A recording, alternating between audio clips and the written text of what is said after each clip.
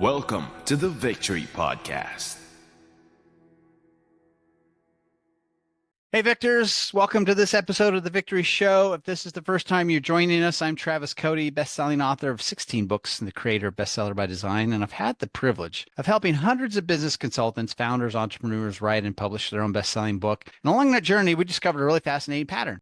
A lot of businesses hit a revenue plateau, usually around $1 million a year, and they struggle to break through it. So on this show, I sit down with some of the world's most successful founders, CEOs, leaders, business owners, so we can uncover the strategies they use to overcome those plateaus and scale their business to new heights so that you can do the same thing. So get ready for some deep insights and actionable takeaways that you can implement in your life and business starting now. My guest today, my goodness, true original, a serial entrepreneur who's never had a real job. He's a former stand-up comic and award-winning screenwriter and one of the fastest men over 60 in the country, quite possibly the fastest 60-plus Jew in the world. And we're going to dive into that. Stephen Sashen is the co-founder of Xero Shoes, the wildly successful footwear company that's launched a global movement, helping hundreds of thousands of people live life feet first with strong, healthy, happy feet and addictively comfortable minimalist shoes. I am a user. I am wearing my Xero shoes right now. Alongside his wife and co-founder, Lena Phoenix, Stephen even appeared on Shark Tank, where they famously turned down $400,000 offer from Kevin Leary and built the business their way instead. Stephen brings a rare mix of humor, insight, and unapologetic boldness to everything he does. Today, we're going to get into what does it really take to build a brand, take a stand, and do it with a sprint in your step. Stephen, thank you so much for being here. Well, I immediately go comic, screenwriter, turned down 400 grand. So, all right, well, let's first dive into oh, go ahead. Yeah. No, let's first dive into, I found out that I am not the fastest Jew over 60. No. Now my friend Alan Tissenbaum, who is not only has that qualification, but I think he's has every American and world record in the races that I'm in.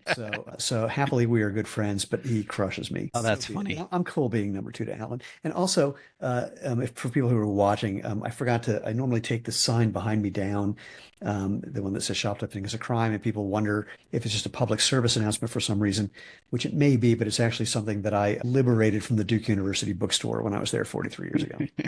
That's pretty funny. I love it. All right.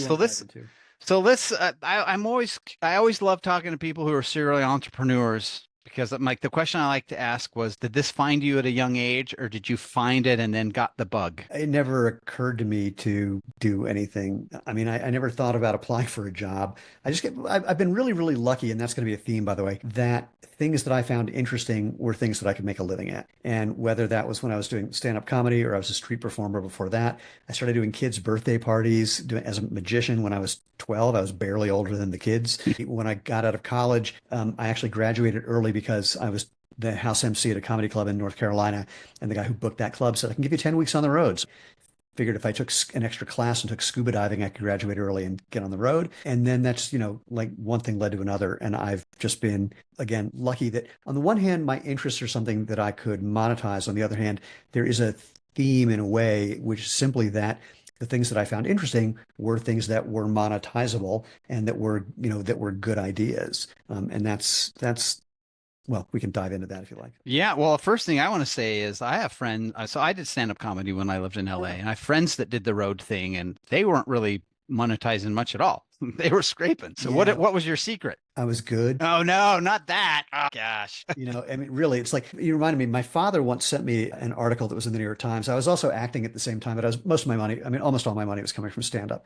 But it was an article about how in the acting world back in the 80s, 90s, the Screen Actors Guild, if you made enough money, you got insurance from them. The American Federation of Television Radio Artists, if you made enough money, you got insurance from them. If you got both, free. One covered the deductible, the other covered everything else. And my dad sends me some article about how like 0.1% of actors even qualify for insurance. And I had to call him and go, how do you not know I'm one of those? So yeah, it was, right time, right place. And I did a good job. That's awesome. I learned probably one of the best showbiz lessons ever from one of my friends who's a multi-million-dollar real estate investor. He wanted to do stand-up comedy and showbiz and get a real job.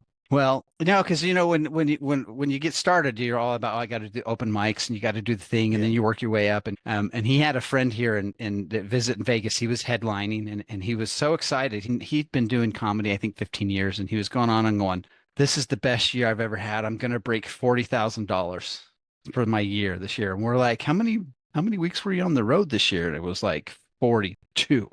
Right. Crazy. And so that my friend, his name is Keith, he was like, "Oh man, I just did like 20 minutes headlining at the Laugh Factory." And his friend was like, "I didn't know you do comedy." He's like, "That was my second time doing it." He's like, "What do you mean? How did you do headline? How was it?" And then this is what Keith and I listened. Keith said this, and this is when I went, "Oh my God!" I went about it the whole. I'm like, and this is the difference between a marketer and an entertainer. Keith was like, "I go to Laugh Factory all the time. I love it. I know the manager." So I went in there one day and said, "Hey, if I give you $300, can you put me on stage for 20 minutes?" And the manager said, "Sure." And I was like, all those years I was doing open mics and I could have just went straight to the front of the line. I mean, kind of, the magic question is, would that convert to something? Sure. I mean, yeah, 40 grand. I think that's what I made my first year. And again, there was a bunch of us who were doing pretty well back then. Yeah. And kind of in the early 90s, things started changing a bit and kind of, the strong-ish survived and the strong definitely survived. And some of the guys from my generation, I mean, are making tens of millions a year now. I mean, the opportunity to make money as a stand-up comic now is unprecedented. It's also, some of those things are ruining comedy. I mean, we can go down this path forever. I mean, Netflix is destroying comedy in a certain way because you get a good special and they want you to do another one a year later. And there are very few people who can really do another one a year later. I don't know if I've seen a good comedy yeah, special on certain Netflix yet. Yeah, well, a lot of them are pretty mediocre. And it's just because if you had a really good set, you just did a good 40 minutes to an hour, they recorded it, did really, really well. And I mean, did well. And Netflix or some other streaming service says, we'll give you 5 million for the next one. Tell me you would turn it down. Right. And you'll do the best you can and you'll walk away with the money and cross your fingers that, it still helps you on the road, which is where most of your money's going to come from anyway at that point. Yeah. And then there's, the crazy things like Nate Bargatze, who just sold out a 12,000 person arena. Yep. All right. So how do you go from doing stand-up into the world of business? That it seems to me kind of a big leap. It's fundamentally the same thing. I mean, you're trying to find someone who wants something that you can do. What happened for me was doing stand-up is not a full-time job. I mean, you Sure. get a lot of free time. And I got the idea to simultaneously go to Columbia Film School. And while I was there, I'm writing screenplays, and I was really annoyed by the software that it took to format screenplays in the very particular and arcane format that's required. My undergraduate degree is in cognitive psychology, and I figured out, I'm not going to dive too deeply into this, but I figured out a better way to do it. And it just so happened at I mentioned luck is going to be a factor. Just so happened, I was bringing my laptop to comedy clubs, sitting in the green room working on screenplays. And one night there's a guy with a PC Magazine t-shirt. And I said, "What are you doing with the PC Magazine t-shirt?" He said, "What are you doing with a laptop at a comedy club?" And I told him about this idea I had for a better version of a word processor for screenwriting. And he said, "I just was given a piece of code that can help do what you need to do, and no one else has access to it." So we started a business, and I invented a product called ScriptWare, which changed the industry of screenwriting. I knew nothing about business. I knew nothing about anything really, but I mean, I would say that I think there's a thing that a Small Business Administration did some sort of survey about the number one thing that leads to people being entrepreneurial, and it's having entrepreneurial parents. My dad was a dentist. That doesn't sound entrepreneurial, but he started and ran his own practice. My mother, her father was an entrepreneur as well, had a jewelry store, and she had multiple jobs that were often things that she created. We never talked about it. It just seemed like a normal thing that you figure out your own deal and you find a way to make it work. So I just figured out a way to make it work. And I did learn an interesting lesson, and that is the best man doesn't always win. So Sure. that was in my mind, as a lifelong individual sport athlete, best thing wins. In that world, in the screenwriting software world, one of my competitors just did a brilliantly underhanded thing. And there was one major reseller at that time and said, "Well, how much margin do I need to give you to only sell our product?" Basically said, "Here's the $300. Can I go on stage?" And that person had an answer, and it kind of shut us out. At the same time, there was someone who was looking to buy my company who had been an advisor to us. And he had two partners. And while we were negotiating, the short version is I figured out that one of their partners was embezzling. And I had kind of overcommitted to, working with them, and things kind of fell apart a little bit. I mean, fundamentally, though, the biggest thing that was a problem for me, if I'm totally honest, which I am and will be now, I got bored. Once we got to $1 million, I just got bored, because there was nothing new to do. I mean, for example, we had an ad that was running in Writer's Digest magazine unchanged for like 5 years. just kept working, because they had like 100% turnover every year. Yeah. But there was like nothing really left to do. And so it was just kind of, I just kind of bored. Actually, ironically, because I was bored, that's when and this is like 1991, 92, that's when I started getting into internet marketing. Wow. So, So you were early. oh, dude, in 1992, I outranked anyone who had an infomercial. I outranked them for their own name because I figured out how to do SEO. It was simple back then, but Wow. that was interesting to me, and I kind of figured that out. So that led me down, a number of paths. And anyway, bottom line is, my whole thing is I get intrigued by something where I can see there's a problem and I can think of a solution. And I'm lucky enough that often there's other people who have that same problem. And fundamentally, one of the things that I see with people who get stuck is they never really prove to themselves cheaply and quickly that there was a big enough market for what they were doing or that they can compete properly in a bigger market. So let's talk about that because that's important. Because I know nowadays the whole like MVP, minimum viable product, that's everywhere. Nah, Silicon that's already too Bros. late. You're already too late. Right. So let's back up. So first things first, entrepreneurs, we fall in love with our babies. And to be clear, most of our babies are stupid and ugly. And I don't have an actual child, but you get the idea. We get really attached to them because we think it's a good idea and it feels good. And even worse, if we had a good idea before and it went well or well enough, then we get another idea and it has the same feeling. We think, oh, it must be the same as that one that went well. It's not. I mean, there's a lot of research.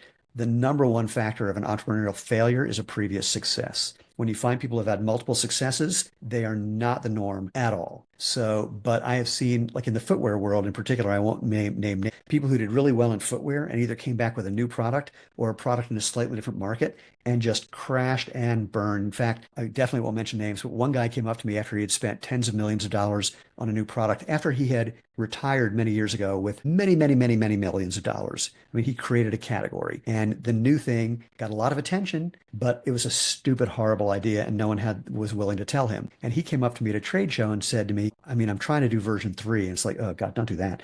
And then he said the saddest thing any entrepreneur has ever said to me. He said, I'm just trying to get back what I used to have. And had I known him better, I would have said, dude, that ship has sailed. You changed the world then. It's never going to happen again. I promise you. Or even if it could, why bother putting yourself through all of that? Get a hobby, find a girlfriend, do something, but don't do this.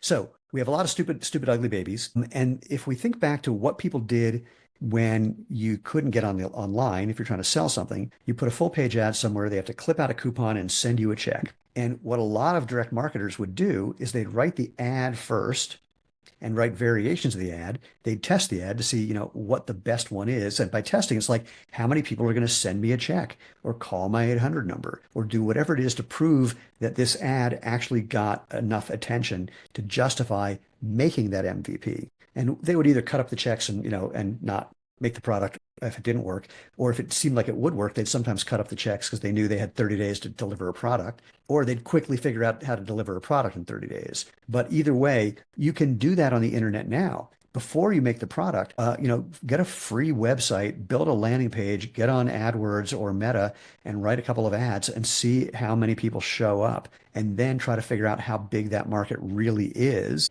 someone gave me a great piece of advice, not to me, just said it out loud in 1993. If you want to make money, it's easy. Figure out where the money is flowing and get in the way of it. And so you got to figure out where the money is flowing and can you really get in the way of it? And I know many people know this. And if you say, I have no competitors, stop right there because the odds are about 100% that there's no conversation to get in the middle of. Yeah. So that's perfect dovetail to where I was going to earlier is that you said two important things, get something launched and see if it's doing it, but then you're trying to compete in an area that you'd have no right competing. So I've never heard anybody talk about that before in the business space. So I would love to chat about how do you know if you can compete? What's the metric for that? There's not necessarily a metric, but what you can do if there are enough people talking, you're going to find people complaining about the people who will soon be your competitors. Find out where the hole is and what they're doing. And it may not be obvious. It could be distribution. It could be that they're all focused on, look, Back in when did we start Xero Shoes? 2009. Back then, there weren't people selling shoes online really. Zappos, I don't even remember when Zappos started, but it just wasn't really happening. And so the big shoe companies, they were not digitally present. So I knew we had an opportunity there. Look, our Mm. first product was a do-it-yourself running sandal kit. We were selling a sheet of rubber, some string, and instructions how to make a sandal that people have been making for 10,000 years. There was one other guy who was kind of doing it, but he admitted on his website, this is a hobby. I'm just a one monkey operation. It might take me 6 weeks to get your product. I went, there's an opportunity. I can do this for real and take this seriously. And I called him on day one and I said, I want you to know what I'm doing. And, I'm doing something similar to you, but a different thing, but I want you to know. And he said, I don't know if I should be happy or cry. I said, you should be ecstatic because you're a shitty marketer.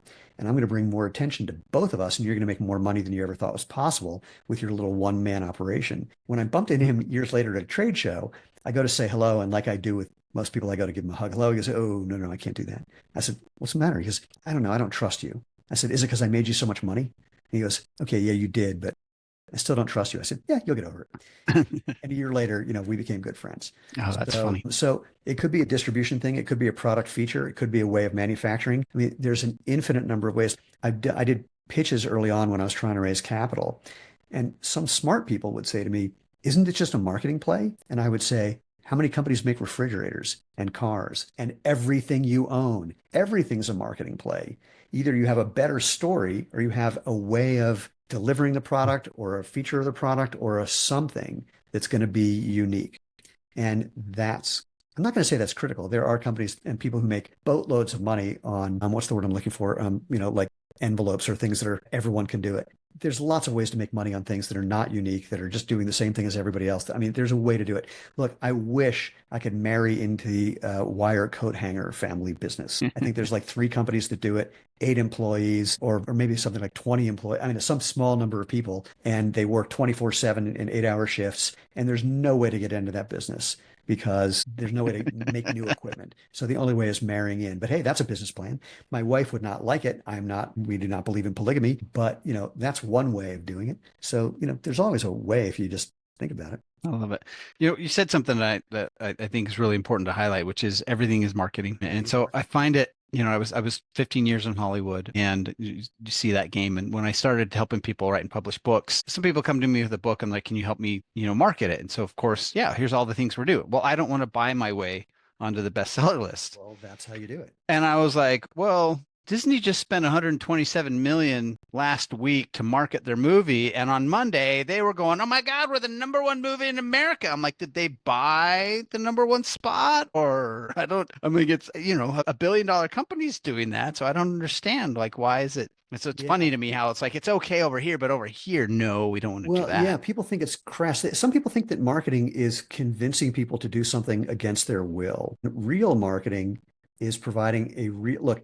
I was going to say providing a real value. I've done a lot of talks at internet marketing events and copywriting events, and especially for copywriters. I go, your fantasy job, and it's a fantasy for most of you because there are very few jobs that will give you these 2 things, telling the ability to tell the truth and change people's lives. And frankly, if you're not doing both of those things, you should consider shooting yourself in the head because then you are probably trying to convince people to do something that. How many of those copywriters want like this in the chair? I met some copywriters who made lots and lots of money for themselves and their employers selling, quote, financial products, selling, how to be an investor, how to be whatever. They know that 95% of the people will never even open the thing that they bought. And the 5% who do will lose money. So they know that. I go, congratulations, but I couldn't sleep at night. And again, that's just me. It doesn't work for me. I have friends from the early internet marketing days. I said, the only honest thing you could do is work for some company or companies and get paid based on results. If you're just selling how to, again, most people will never do it. And those who try, most people it won't work for because they don't. Way back when I put together a little marketing thing and I taught it to a whole bunch of people. And there were 5 people in particular who figured out how to really run with it. And each one was doing a different thing that I taught. And they would tell you that what the other 4 was doing didn't work because it didn't work for them. So, you got to find your way. That's a horrible thing to say. It's just, if you're just copying things, you can make money doing it. But at some point, there's a high probability that you've basically built your house on someone else's land, and Hmm. and there's going to be an Yep. earthquake. So let's talk a little bit about obviously your big baby right now, the Xero Shoes. Take me back to the very inception of the thought for this. I mean, obviously you started with Oh, this, but yeah, you're giving me way too much credit. So what happened was, the 2007, when 18 years ago ish, I'm 45 years old. I got back into sprinting after a 30-year break. I was getting injured nonstop for the next 2 years, hmm, and a friend of mine suggested I try running barefoot to see if I learned anything. What I learned is that when you're running barefoot, good form feels good and bad form hurts. And when I was running barefoot, it hurt. It was also, though, really interesting to me because that first barefoot run, I'm a sprinter, like we mentioned. I don't even take turns on the track. I run the 100 meters outdoor, 60 meters indoor. I don't have a GPS watch. I don't like getting lost. But I was so enthralled with the experience of running barefoot. Like, what if I change my cadence, number of steps per minute, but I run the same speed? What if I change my speed but have the same cadence? What if I land on this part of my foot or that part of my foot? I mean, I was just so interesting. But again, I ended up with like, an injury. I had a big blister on the ball of my left foot. My second barefoot run a week later, I thought, if I can find a way to run that isn't hurting the gaping hole, then I'm probably not doing what caused said gaping hole. And 9 minutes and 30 seconds of agony later, it changed in one stride. My running got faster, easier, lighter, more fun, and enjoyable. And over the next few weeks, my injuries went away and I became faster. So I've been, Masters All-American for the last 15 years. I just wanted that barefoot experience as much as I could have it. And I got tired of arguing with restaurants about whether it was legal to go in there barefoot. It is. My wife got tired of me walking into our white carpeted house with my bare feet. Not good. So I knew about, the Tarahumara Indians in Mexico and other indigenous tribes that made very simple sandals. The book Born to Run had just come out and it talked about them as well. So I found some rubber from a shoe repair place and some cord at Home Depot and whipped something up. And other runners asked me to make some of those sandals for them, and I made like 50 pairs. I charged them just enough so that I could buy more the next time. If I charged you $20, that's because I needed $20 to buy twice as much stuff the next time. Once I made about 50 pairs, a guy who was a barefoot running coach said, I've got a contract to write a book. And if you had a website for this little sandal making hobby, I could put you in a book. Well, again, I started internet marketing in 91, 92. I'd built hundreds of websites at that point. So I rush home. I pitch this brilliant opportunity to my wife, who tells me it's a really dumb idea that won't make any money, isn't a distraction, and it's just part of my little, attention deficit, whatever thing. And so she insisted that I not build a website, and I told her that I wouldn't, and she went to bed, and I did. And at that time, we just started a search engine marketing business a few months hmm. earlier. So when she growled at me the next morning, I said, look, it'll be a good case study. I can own all the keywords I care about in about 3 months. And I was wrong. It took me 6 weeks. We thought it would be a nice little lifestyle business. But what we started hearing from people right away is, oh my God, these things changed my life. And it's not because we were doing anything special. It was something to protect your foot, something to hold it on your foot. That's fundamentally what a shoe is. But when you add things like arch support and motion control and you elevate your heel and squeeze your toes together, that's bad for you, proven to be bad for you. 50 years of propaganda has convinced you that's the way it is. Those companies know it is bad for you. I'm going to jump way ahead. Many of those companies have said directly to our faces or to the faces of people we know, oh yeah, that natural movement thing that you guys are doing is for real. But if we did that, we'd be admitting we've been lying for 50 years. So anyway, we thought we had a Welcome to little like, capitalism. yeah, well, it's lying to people to make money. So what I like when I came across Xero Shoes, because that started with my wife having foot problems and she, we moved to Vegas. She started lifting competitively and had no idea that athletic shoes jacks up your gait. And so she started having back and hip issues, couldn't figure it out. And then she's the one that figured out the percentage of lift in the shoe. And that's, obviously the Yeah. zero drop is where you guys, I'm assuming where you guys came up with that phrase. And that we had never heard of that before. Yeah. And it was from my wife, like she won't wear anything else now. That's all she. Yeah, I mean, look, when I try to get people out of the trance that footwear companies have put them in, it's not very complicated. I say things like, if you elevate your heel, that's changing your posture very slightly, but it puts pressure on your knees, your hips, and your back. So that's problematic. Or simply, even better, you have 200,000 nerve endings in the sole of each foot. Why? And people will go, well, I guess, so you can feel things like, yeah. So your brain can get that feedback to know how to move your body effectively and efficiently, can adjust to the terrain. How much can you feel through the amount of foam that you have in your shoe? And what problems might that cause when you can't feel anything? Or I go, which is better, weaker or stronger? It's not a trick question. And they go, stronger. I said, okay, let's talk about weaker for a second. If you put your arm in a cast, does it come out weaker or stronger 8 weeks later? And they go, weaker. I go, yeah, because you immobilized one joint and then all the muscles, ligaments, and tendons around it got weaker. See if you can bend your shoe, because you have 33 joints and 110 muscles, ligaments, and tendons in each foot. People go, oh. I go, yeah, supporting it makes things weaker. Tell me what kind of problems you could have when your feet get weaker at the end of a day, a week, a month, or, when you're over 70, when trip and fall accidents are one of the number one causes of death, because you can't feel, you can't move, you have no strength. And people go, so, and weightlifters, I mean, I'm surprised it took her a while. Powerlifters know that if you're going to deadlift, you want to be in bare feet or socks or something flat. What happened in the lifting world is someone who had long femurs had to make lifting shoes, or was doing Olympic lifting where you've got a heavy bar over your head. And if you don't elevate your heel a little bit, you're going to fall over forward. And then whoever those people were set records, and everyone goes, oh, you have to wear their shoes to set a record. But 90% of people don't need those. If you're Olympic lifting, you're not lifting enough where it's necessary. If you're powerlifting, there's no value in them typically, unless you have the anthropomorphic qualities that require them, but most people don't. So anyway, I could go on all that. So so walk me through like the first year of running the shoes. What did that look like? This started off as like a little side hobby lifestyle thing. Yeah. And how long did it take before you and your wife went, wait a minute? About 2 months. That was it. So what I did for marketing back then is I made and syndicated a bunch of videos. Some of them were literally just how to make the sandals. And at the time, YouTube was not what it is now. There was like 25 different video platforms. Most people don't remember things like Daily Motion. And so I just had videos all over the place.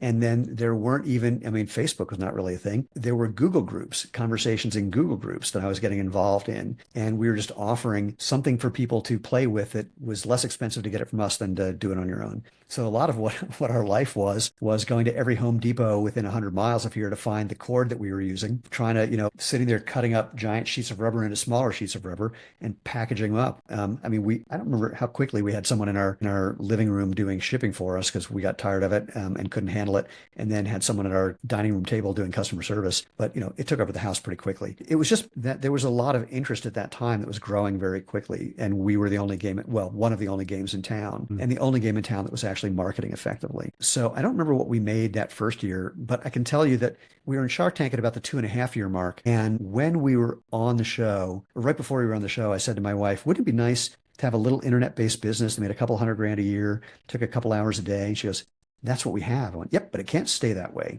because it was really obvious what we were doing was not rocket science, or as they said when they invented those sandals, not rock science. And we knew it was just easy to copy. And people were already telling us, I don't want to make my own. Can you maybe do it for me? So we started doing custom made sandals. And then I don't even want to wear those. What am I going to wear in the winter or at the office? We were getting so much feedback that this was a much bigger thing than we thought. And people that we met at like the 7-month mark, who had 35 years of footwear experience, said to us when we had made like 50 grand, they said, we could sell this company for $1 million right now. And we're like, what? And they said, no, this is really important. There's ways that we could market this. This is a big deal.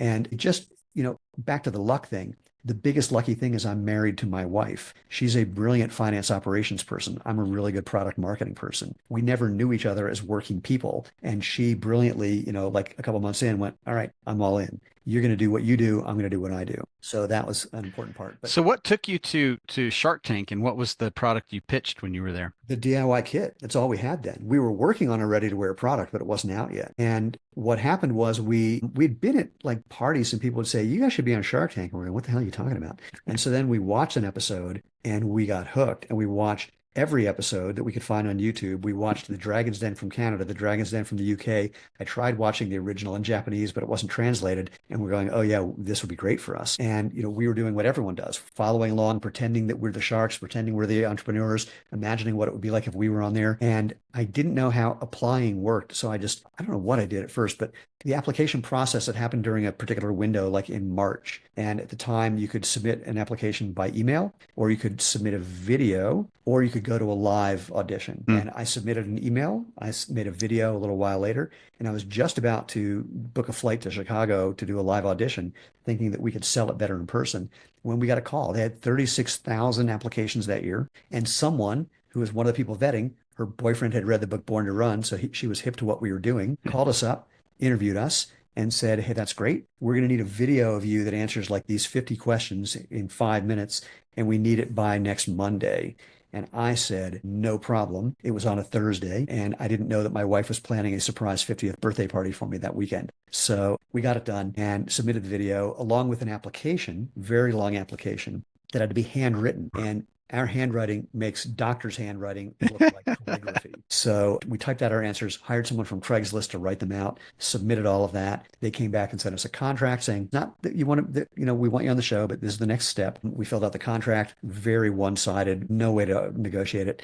And then the day after they got the contract, they said, yeah, we want you on the show. And the biggest thing we did is a lot of prep. We read every autobiography or biography of all the sharks. We had every business person that we know who knew the show pretend to be the sharks and grill the crap out of us. And when they want you on the show, they work with you. They give you two producers and they work with you on that initial pitch. And we did that, of course. And we got a lot of advice from bankers who invested in companies, who sold companies, from footwear companies that were acquired, people who bought companies, people, I mean, like everyone we could think of, to justify how we wanted to craft the story. And then we somehow ended up on the show, and they tape more segments than they use. So then we crossed our fingers waiting to see if they would use ours. And we heard that after they do your little segment, if they call you within a few weeks to come out and film you where you are, there's a higher probability, but not guaranteed, that you'll be on the show.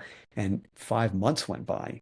And then they called us and said, we're going to come out and tape you guys. And we're like, Yeah. cross your fingers. So what were you going on the show? Were you going out just as a marketing play, or were you really hoping to get an investment? And No, we were hoping to get an investment. And specifically, we were hoping we were going to get Barbara to invest. Because reading her autobiography, Barbara is a brilliant marketer. And we had heard she was the only shark at that time who was really working with the companies she invested in. So we had a story for everybody. Robert was a runner, so I hoped that he was hip to the barefoot running idea. Damon, was Damon, and he's hip to footwear and apparel. Cuban was interesting because he had been representing a shoe made by another company that was a barefoot shoe. So we knew he was kind of hip to the idea.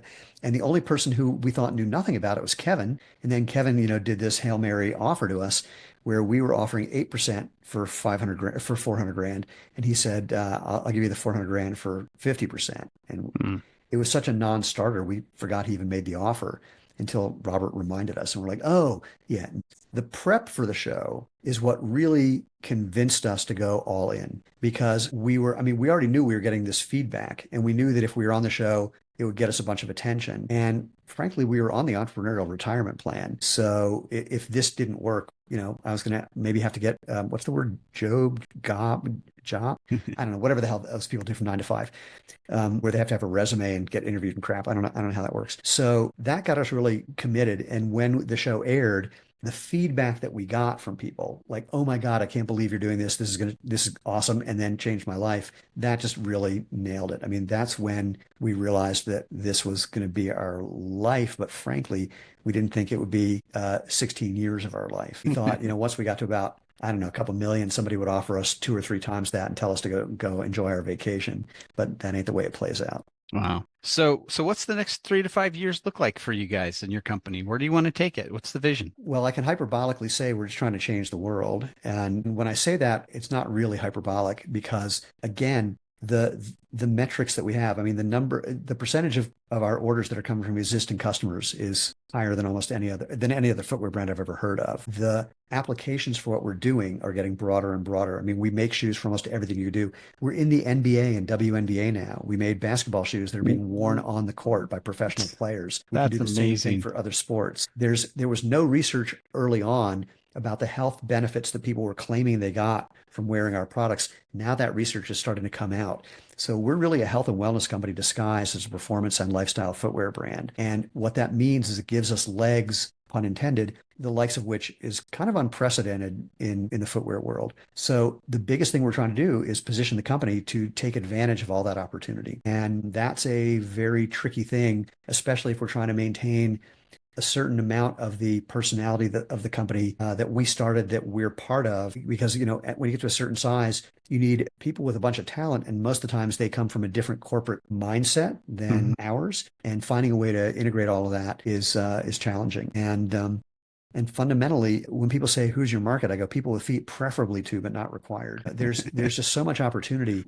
This is not, where we're making it up. This is because we're literally hearing it every day. I got a call literally this morning from a woman who found my phone number, and I pick up the phone. I go, hi, this is Stephen. She goes, oh my God. And she just spent an hour telling me how much we changed her life. And that's a powerful thing. And I feel quite responsible for maximizing the opportunity for people to have that experience. For you as a leader and a business owner, what have been, some of the challenges that you've personally faced as the company is scaled, like those areas where the company grew faster than your skills?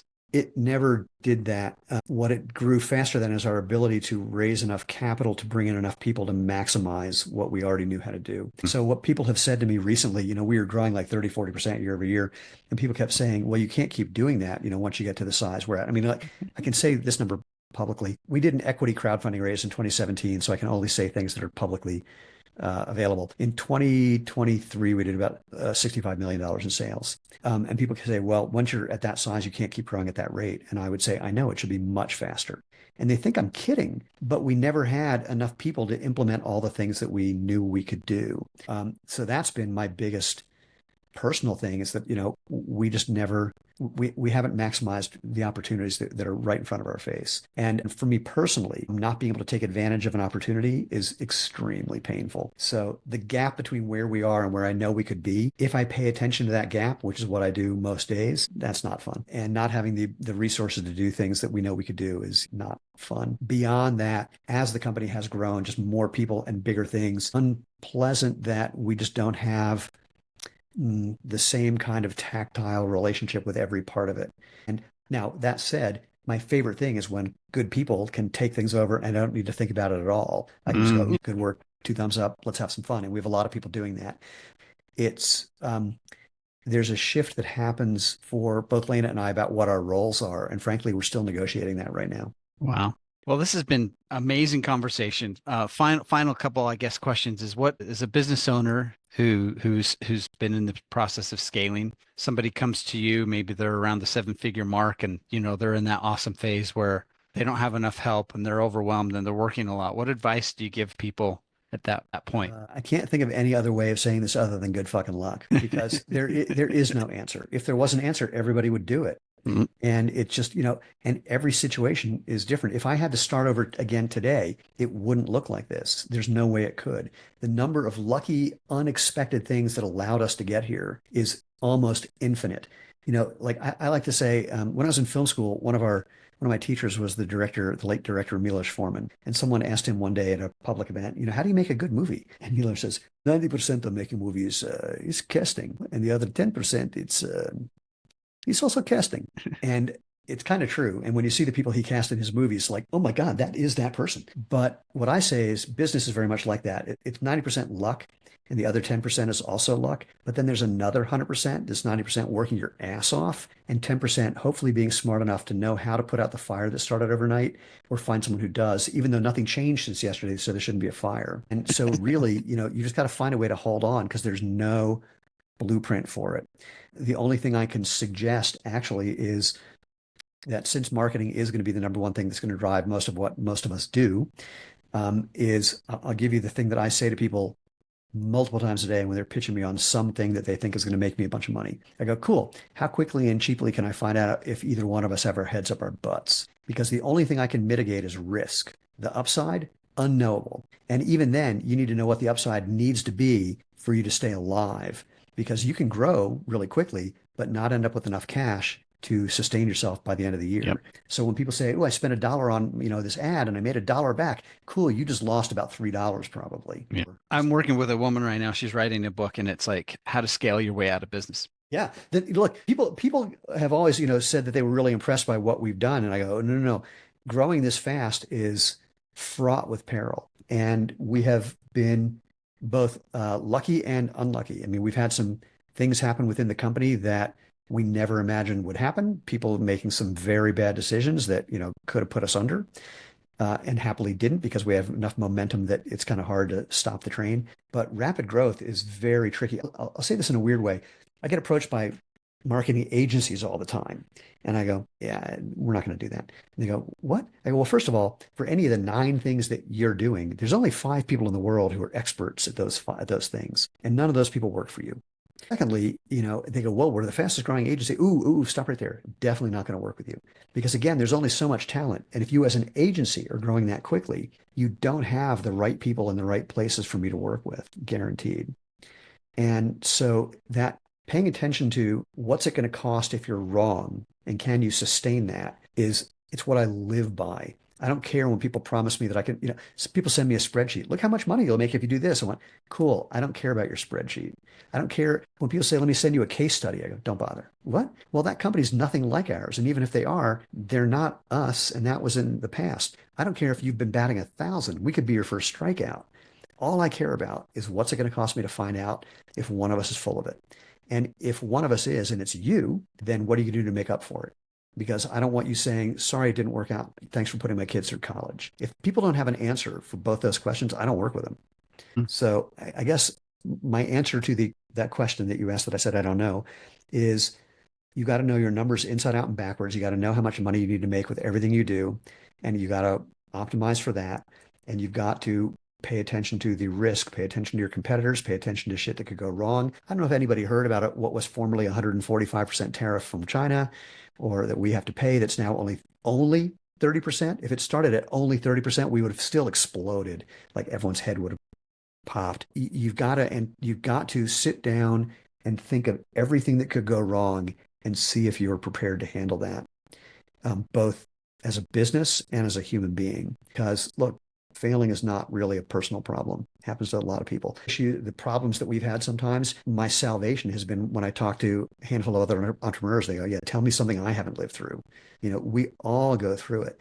I guess the bottom line is this: looking at people who've gotten to wherever we are or beyond, add an extra 0 or 2, and trying to come up with some story about how you can replicate that. This is the natural human process. We imagine what we think it's going to take for us to be happy, and we think there's a path to get there, and we can reverse engineer it. If anyone's really honest about where they are from where we are beyond, they'll tell you how much it's a function of luck. And people go, oh, you make your own luck. You take advantage. Yeah, true. But the luck part is what started that. We met our product developer who really helped us really build the business because his dog knew another dog that was owned by a friend of ours, and they started chatting. And it just so happened that he was the head of global product design at Crocs and was retiring. It was the dogs. Sure, when I eventually he had already bought one of our kits and it changed his life. It was the dogs. That's funny. So that's really my funny. rant. You could see that gets me. Yeah, you're again. You said at the beginning, right? We're being honest.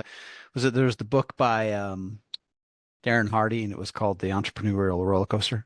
Yeah, you're free falling. You're like, oh my God, this is amazing. We're growing. And then they hit the top, and you're like, oh my God, we're going. And he's like in inches. The other myth, other than slow and steady growth without craziness, is work-life balance. Yeah, no such thing. Yeah. There was a guy in the 90s who wrote a couple books about work-life balance, and they sold millions of copies.